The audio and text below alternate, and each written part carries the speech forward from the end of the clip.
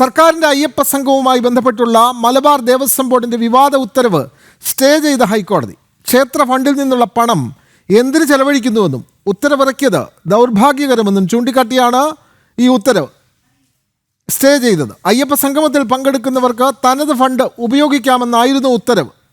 വിവരങ്ങളുമായി രേഷ്മ ബാബു ചേരുന്നു. രേഷ്മ, മലബാർ ദേവസ്വം ബോർഡാണ് വിവാദമായ ഉത്തരവ് കഴിഞ്ഞ ദിവസം പുറത്തിറക്കിയത്. ക്ഷേത്ര ഫണ്ട് സർക്കാർ നടത്തുന്ന അയ്യപ്പ സംഗമത്തിന് ചെലവഴിക്കാനുള്ള നീക്കം, പക്ഷേ ഇതിന് കൃത്യമായി തടയിട്ടിരിക്കുന്നു ഹൈക്കോടതി. കൂടുതൽ വിവരങ്ങൾ രേഷ്മ ബാബു. വിനോദ്, മലബാർ ദേവസ്വം ബോർഡിന്റെ വിവാദ ഉത്തരവ് സ്റ്റേ ചെയ്യുക മാത്രമല്ല, വലിയ കടുത്ത വിമർശനം കൂടി ഈ വിഷയത്തിൽ ഹൈക്കോടതി ഉന്നയിക്കുകയും ചെയ്തിട്ടുണ്ട്.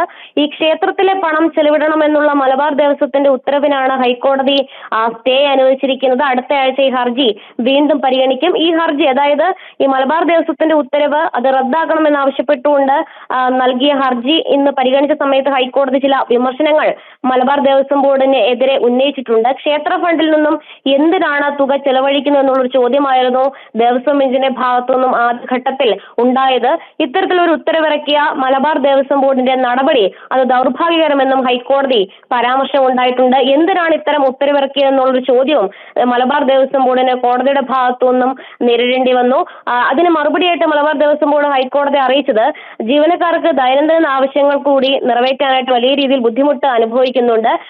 ഈ ശമ്പളം അടക്കം ലഭിക്കുന്നത് വൈകിയാണ്. അതുകൊണ്ട് തന്നെയാണ് ഈ പോകുന്ന ചെലവിനടക്കം ഇത്തരത്തിലുള്ള ഒരു ഉത്തരവിറക്കിക്കൊണ്ട് ക്ഷേത്ര ഫണ്ടിൽ നിന്നും പണം ഈടാക്കണമെന്നുള്ള നിർദ്ദേശം നൽകിയതെന്നുള്ള ഒരു മറുപടിയായിരുന്നു മലബാർ ദേവസ്വം ഹൈക്കോടതിയിൽ ഉന്നയിച്ചത്. പക്ഷേ അതിന് ഹൈക്കോടതി മറുപടി നൽകിയിട്ടുള്ളത് വരുമാനം കുറഞ്ഞ ക്ഷേത്രങ്ങളിൽ നിന്നും കൈയിട്ട് വരുമെന്ന് പറഞ്ഞിരുന്നില്ലല്ലോ എന്നുള്ള ഒരു മറുചോദ്യമാണ് ജസ്റ്റിസ് രാജ വിജയരാഘവൻ അധ്യക്ഷനായിട്ടുള്ള ഡിവിഷൻ ബെഞ്ചിന്റെ ഭാഗത്തുനിന്നും ഉണ്ടായത്.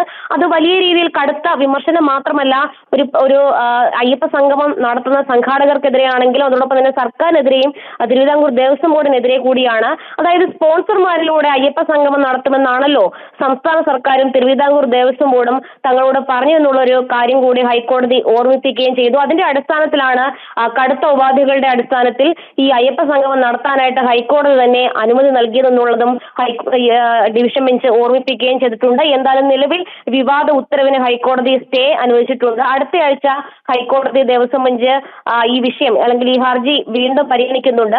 ഒപ്പം തന്നെ എതിർകക്ഷികളായിട്ടുള്ള മലബാർ ദേവസ്വം ബോർഡ്, അതോടൊപ്പം തന്നെ ഈ പറയുന്ന മലബാർ ദേവസ്വം കമ്മീഷണർ, സംസ്ഥാന സർക്കാർ എന്നീ എതിർകക്ഷികൾക്ക് ഹൈക്കോടതി നോട്ടീസ് അയച്ചിട്ടുണ്ട്. ഇവർ ഇക്കാര്യത്തിൽ മറുപടി നൽകിയേ മതിയാകൂ. എന്തായാലും താൽക്കാലികമായിട്ടുള്ള ഒരു ആശ്വാസം എന്നുള്ള രീതിയിൽ നാളെ ഈ അയ്യപ്പ സംഗമം നടക്കുകയാണ്. അതിന് മുന്നോടിയായിട്ട് തന്നെ ഈ മലബാർ ദേവസ്വം ബോർഡിന്റെ വിവാദ ഉത്തരവ് ഹൈക്കോടതി സ്റ്റേ ചെയ്യുകയായിരുന്നു. ഈ ഉത്തരവിൽ പറഞ്ഞിരുന്നത് ഇപ്രകാരമാണ്: മലബാർ ബോർഡിലെ ഉദ്യോഗസ്ഥന്മാരുടെയും അതോടൊപ്പം തന്നെ എക്സിക്യൂട്ടീവ് ഓഫീസർമാരുടെയും ക്ഷേത്ര ജീവനക്കാരുടെയും ചെലവ് ക്ഷേത്രത്തിന്റെ ഫണ്ടിൽ നിന്ന് ഉപയോഗിക്കണം എന്നുള്ളതാണ്. അതായത് ആഗോള അയ്യപ്പ സംഗമത്തിൽ പങ്കെടുക്കാൻ പോകുന്നതിന് വേണ്ടിയിട്ടുള്ള അവരുടെ യാത്ര, ഭക്ഷണം മുതലായ ചെലവുകളാണ് ഇത്തരത്തിൽ ക്ഷേത്ര ഫണ്ടിൽ നിന്ന് വഹിക്കാനായിട്ട് ദേവസ്വം കമ്മീഷണർ ഉത്തരവിട്ടത്.